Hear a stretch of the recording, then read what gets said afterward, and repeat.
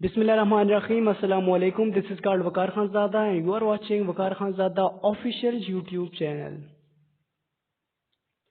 आज हम डिस्कस करेंगे rights available for beneficiaries under trust act.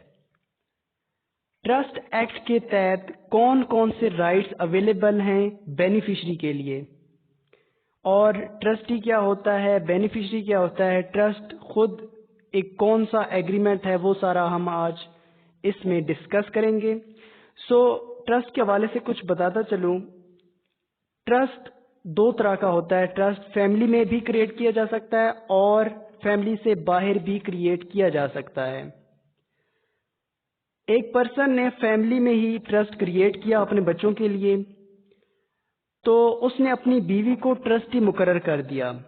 अब उस पर्सन की बीवी उस ट्रस्ट प्रॉपर्टी को सिर्फ अपने बच्चों के लिए ही इस्तेमाल कर सकती है, ना वो इस प्रॉपर्टी को बेच सकती है और ना ही इसको मॉर्गेज कर सकती है या कोई और यूज कर सकती है। और ट्रस्ट डीड के मुताबिक जो सैलरी लिखी गई है उसकी वो सिर्फ वही रिसीव कर सकती है। उस प्रॉपर्टी से जितना भी बेनिफिट आएगा, जो भी प्रॉफिट आएगा, जो भी रेंट आएगा, वो तमाम का तमाम उस पर्सन के बच्चों को जाएगा। So this is called trust. अब उसके बच्चे बेनिफिशरीज हो गए और उसकी बीवी ट्रस्टी हो गई। ट्रस्टी की सिर्फ यही जिम्मेदारी है कि उसने प्रॉपर्टी को सही इस्तेमाल करना है। अगर बेनिफिशरी चाहें तो ट्रस्टी को चेंज भी कर सकते हैं और उसके खिलाफ कोई सूट भी फाइल कर सकते हैं। अगर फैमिली से बाहर क्रिएट किया गया है ट्रस्ट, तो उसका भी इसी तरह से होगा। एक रिसीवर मुकर्रर कर दिया जाएगा, एक ट्रस्टी मुकर्रर कर दिया जाएगा by the person who is the owner of the property, जो ट्रस्ट क्रिएट करना चाह रहा है, और बेनिफिशरीज भी मुकर्रर कर दिए जाएंगे। According to the definition of beneficiary under trust act, a beneficiary is a person who receives different benefits from a trust under the Trust Act.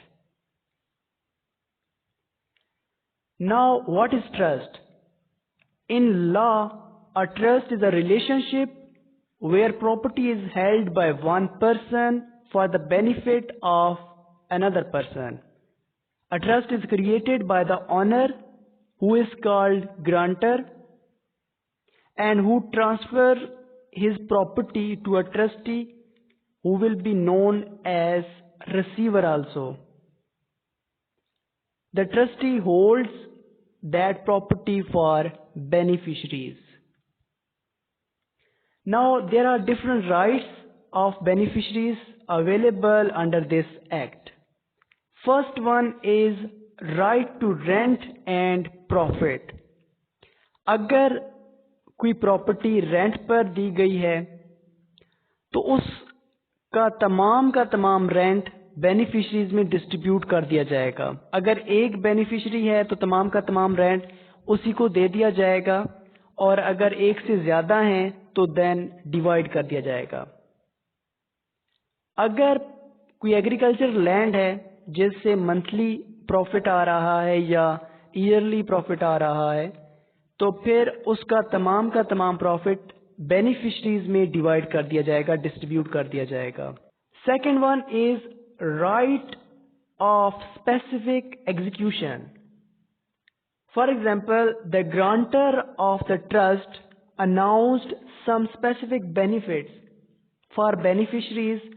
In this case, beneficiaries are entitled for specific execution. अगर grantor ने, अगर honour of the property ने, जिसने trust create किया है, उसने beneficiaries के लिए कुछ स्पेसिफिक बेनिफिट्स मुकर्रर किए हैं, तो वो तमाम के तमाम बेनिफिट्स भी बेनिफिशरीज को मिलेंगे। Right to sue for execution of trust. अब उन राइट्स को हासिल करने के लिए बेनिफिशरीज के पास ये राइट है कि वो सूट भी फाइल कर सकते हैं।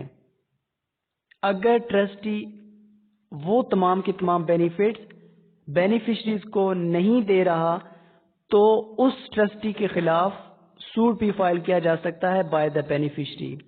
अब अगर बेनिफिशियरी अंडर एज है, अडल्ट नहीं है, तो वो थ्रू गार्डियन भी सूट फाइल कर सकता है। Next one is right to take legal action against trustee. Trustee के अगेंस्ट लीगल एक्शन भी लिया जा सकता है बाय द बेनिफिशियरी। अगर ट्रस्टी रॉन्गफुली प्रॉफिट कमा रहा हो या प्रॉपर्टी से जितना प्रॉफिट आ रहा है उसमें से सैलरी की बजाय सैलरी से ज्यादा पैसे ले रहा हो, तो उसके अगेंस्ट लीगल एक्शन लिया जा सकता है by the beneficiary. Next one is right of recovery of trust property. अगर ट्रस्टी की तरफ से कोई प्रॉपर्टी जो ट्रस्ट प्रॉपर्टी है उसको किसी बंदे को सेल कर दी गई है, तो उस सेल एंड परचेज एग्रीमेंट को खत्म किया जा सकता है थ्रू कोर्ट, अगर बेनिफिशियरी उस ट्रस्टी के अगेंस्ट सूट फाइल करे for recovery of that property. इसी तरह अगर ट्रस्टी की तरफ से किसी एक बेनिफिशियरी को वो प्रॉपर्टी गिफ्ट कर दी गई है तो उसको भी रिवोक कराया जा सकता है, क्योंकि ट्रस्टी की जिम्मेदारी सिर्फ इतनी है कि उसने वो प्रॉपर्टी उसकी देखभाल करनी है। वो ना उसको आगे किसी को दे सकता है, गिफ्ट कर सकता है, बेच सकता है। उस प्रॉपर्टी से उसका ताल्लुक सिर्फ इतना है कि उसने उसकी देखभाल करनी है और जो उससे बेनिफिट आएगा वो बेनिफिशरीज में डिस्ट्रीब्यूट करना है। Next one is right of inspection. अब बेनिफिशरीज को अगर ट्रस्टी पे शक हो तो बेनिफिशरीज उस प्रॉपर्टी के हवाले से जितने भी डॉक्यूमेंट्स हैं, जितनी भी डिटेल्स हैं, अगर कोई केस चल रहा है उस प्रॉपर्टी से हवाले से, तो वो तमाम की तमाम चीजें देख सकते हैं। ये बेनिफिशरी का राइट है। Right to inspect accounts. Trust property के हवाले से जितने भी अकाउंट्स हैं उन तमाम की तमाम इंस्पेक्शन की जा सकती है by the beneficiaries. Right of proper trustee. अगर ट्रस्टी पे बेनिफिशरीज का एतमाद नहीं रहा तो उसको चेंज किया जा सकता है थ्रू अ लीगल वे। अब प्रॉपर ट्रस्टी की बात की गई है, तो प्रॉपर ट्रस्टी कौन कौन से होंगे? ऐसा पर्सन, ऐसा बंदा कि जो कि फॉरेनर है, जो कि एनिमी है, जो बैंकरप्ट है, जो माइनर है, और मैरिड वुमेन। ये तमाम के तमाम ऐसे पर्सन हैं जो प्रॉपर ट्रस्टी नहीं हैं। प्रॉपर ट्रस्टी उसी पर्सन को कहा जाएगा कि जो एग्रीमेंट करने के लिए काबिल हो, जो कॉन्ट्रैक्ट एक्ट में मुख्तलिफ क्वालिफिकेशंस दी गई हैं एक पर्सन के लिए कि वो पर्सन कब कॉन्ट्रैक्ट कर सकता है, वही तमाम की तमाम यहां पे भी अप्लाई होंगी। Next one is right to compel for particular act.